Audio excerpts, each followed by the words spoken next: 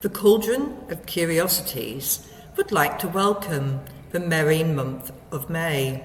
We're exploring the hedgerows of Cornwall and looking at how these trees and plants can help with self-care and intertwine a weaving of stories, poems and songs that resonate with where we live.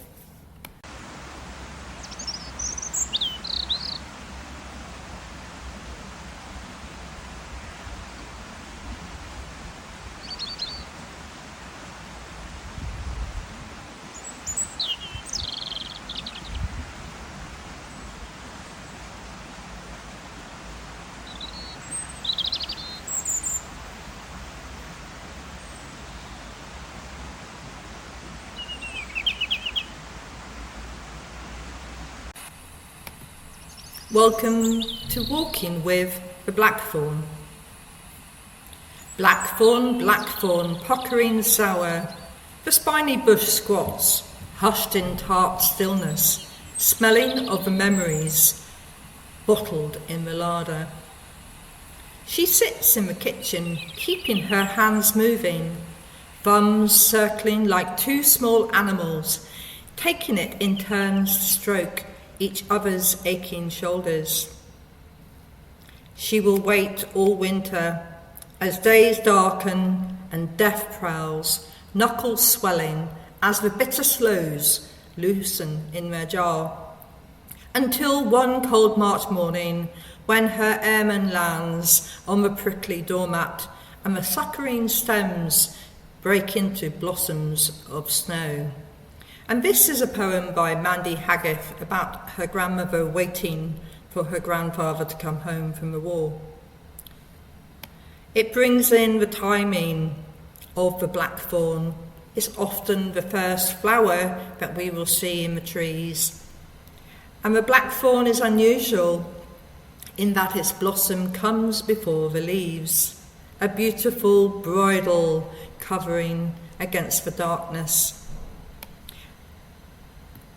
The ogham refers to the blackthorn as being the dark crone of the woods. Prunus spinosa with its long spikes.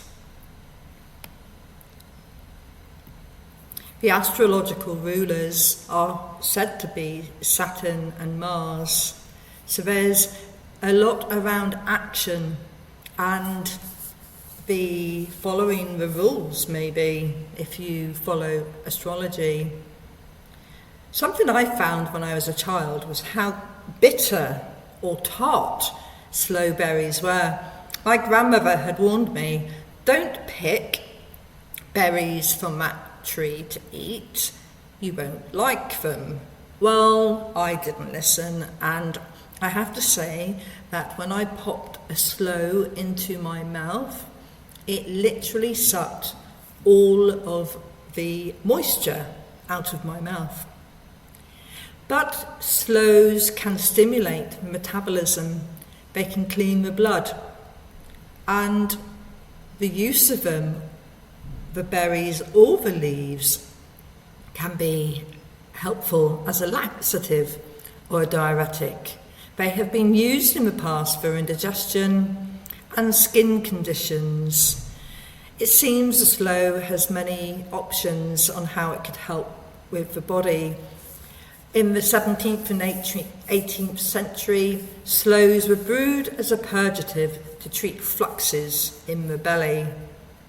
I like the fact that you can boil the leaves because they are accessible for quite a long time in the hedgerow, and you can make an antibacterial mouthwash or a gargle. It also can be used as a soothing eye bath. A tea made from the powdered bark also has a calming effect on the nerves, and that came from the Celtic tree mysteries. Two witches is often representing the dark side of their craft. It's a sacred tree to the dark or the crone, and it represents a waning or dark moon. The blackthorn is known as the increaser, a keeper of the dark secrets, and this is where it can tie in with your own self-care. The Blackthorn calls you to walk with your shadows. Open your journal and write down the words that represent the parts of you that you think are hidden from others. Spend some time, sit below the Blackthorn if you know one. Use the Blackthorn time to release the things that are not serving you at this time. You can write these down and burn them and release them at the time of a waning moon. Look for the bridal bouquet of a blackthorn stark against its darkened bark in the early spring. Collect the long spikes after the farmers flailed the hedgerows and use them in your witches' bottles to create your own protective blend. Share your secrets with the blackthorn tree. After all, it is the keeper of your darkest secrets. Let the blackthorn tree hold your confessions tight. My love is like a slow blossom. My love is like slow blossom on the blackthorn. So many men reach for the highest branch to find the bitter fruit, to find the bitter fruit. This is an extract from the song Blackthorn by Anuna.